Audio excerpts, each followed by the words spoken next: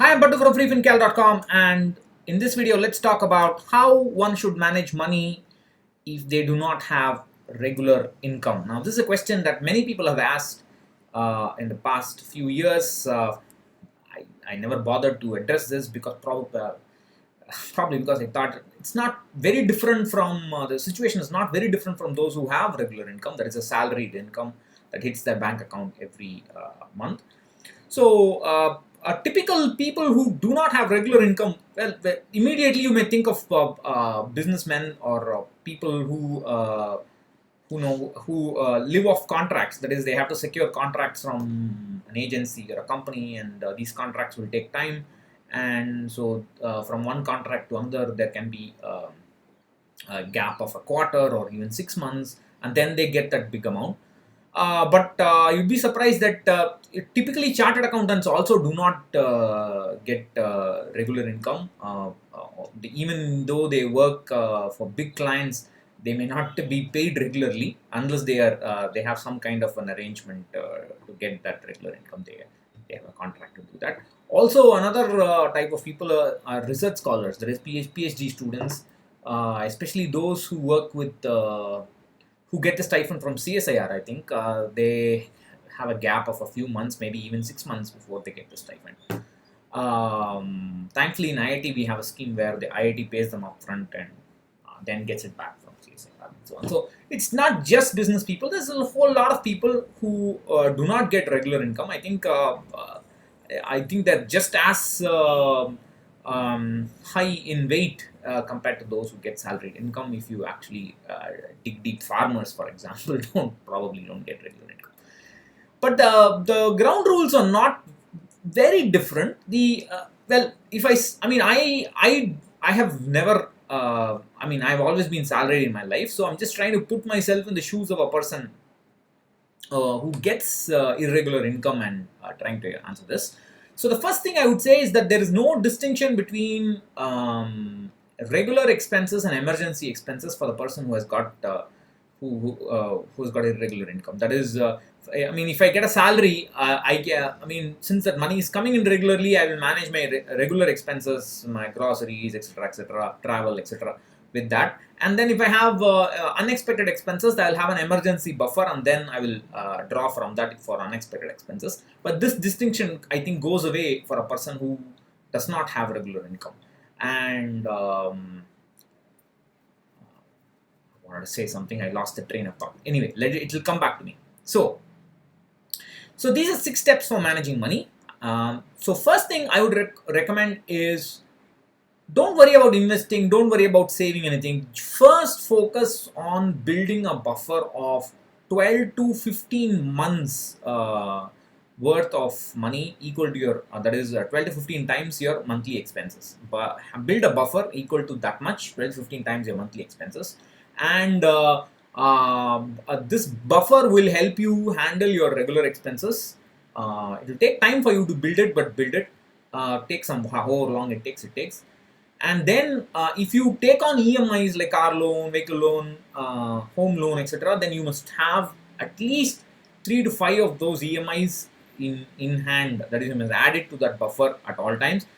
One example, whenever I think of this buffer, I think of Bill Gates, because he had said in an interview that when Microsoft was a startup and it was operating off his garage, he had an amount equal to 1 year's expenses for the company with him in a bank account separately, because he knew that in case there was a loss, the company hit a rough patch or the business hit a rough patch, he had to pay salaries, expenses, and so on. So that is essentially the same logic. It's just plain common sense. I'm not saying anything.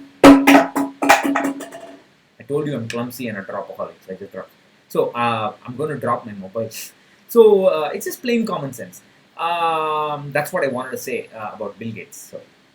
So if you take on EMIs, you should have separately 3 to 5 EMIs, and then think of all your recurring expenses like vehicle premium, school fees, that happens every once a year or every 6 months and so on. All that you can use.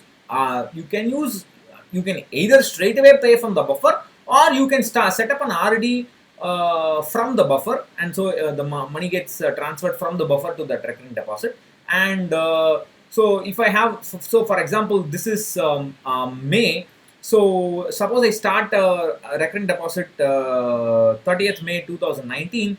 For 1 year it will end on 30th May 2020, and suppose I have my health insurance premium on June 15th 2020, I will take that money and pay off the premium. That's the kind of arrangement you have. Of course, for health insurance, try to pay the premium a little.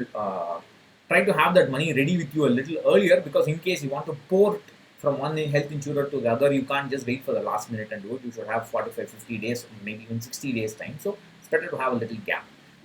Anyway, so that's essentially stuff that you need to plan. So that buffer is essentially going to be acting like your regular income. There's no need to think, okay, let me come to that at the end of it. Wow. So let me finish that. So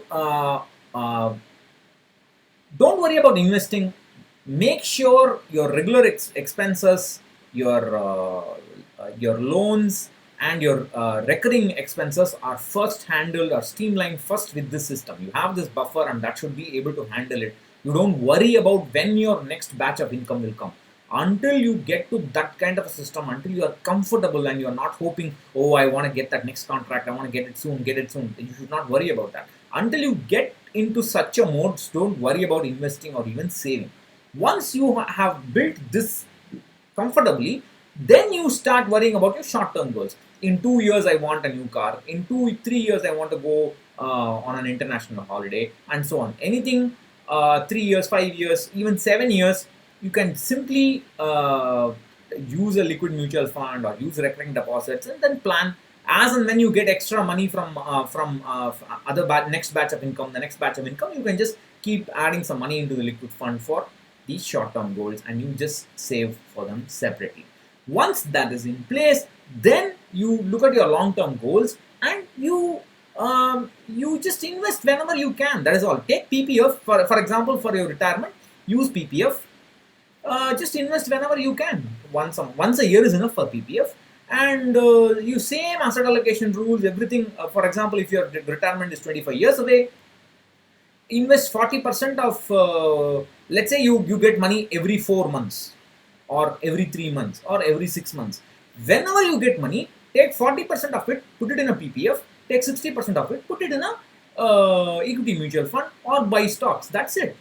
Everything else is the same. Don't assume that people who invest via SIP will profit more than people who invest only once a few months. No, that is not true at all. It does not matter how frequently you invest. What matters, you invest. As long as you are regular, it does not matter whether you are regular monthly or quarterly or every 6 months or whatever. Just be consistent, and you must clear your conscience. Look, I got money only after 3 months. I got my next contract only after 6 months. When I got money, I invested. That's it. That's all that you can do. Just do that. Don't beat yourself up worrying whether I should be doing something extra. Nothing. Just keep it simple. I think that's all you need to do. The same investments that the regular income guy does, you can also do.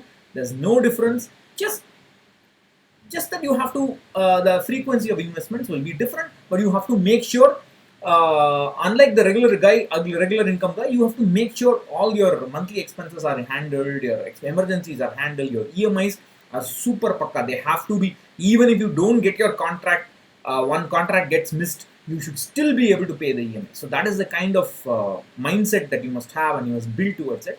And once that's set up, that's that. Oh, I forgot. Before I finish, so my son is 9 years old. He loves talking. Where do you think he gets it from? He loves talking on stage sometimes, and even before a camera. So he has a YouTube channel, of course. It's called Starstruck Shrikant. I just uploaded a video he made on his shell collection. The link is on the first comment and in the description box. To have a look at it. Of course, it will not be the video will not be very professional. My wife is a photographer, so she keeps telling me you should do better, and so on. I'm just too lazy. I just want the output from the kid. So have a look at it. It's just, don't expect too much. Just have a look. If you have not looked, I have, I think, 2 videos with him already in this channel. Do have a look at those as well. The links are there. And he has been watching a lot of YouTube. He knows how these YouTubers talk. about subscribe, comment, and click on this and so on. So you can see that all that he's got on his own. I know sometimes he watches some shady stuff as well. So well, like father, like son. So that's it. So I'll catch you in another video. Bye bye.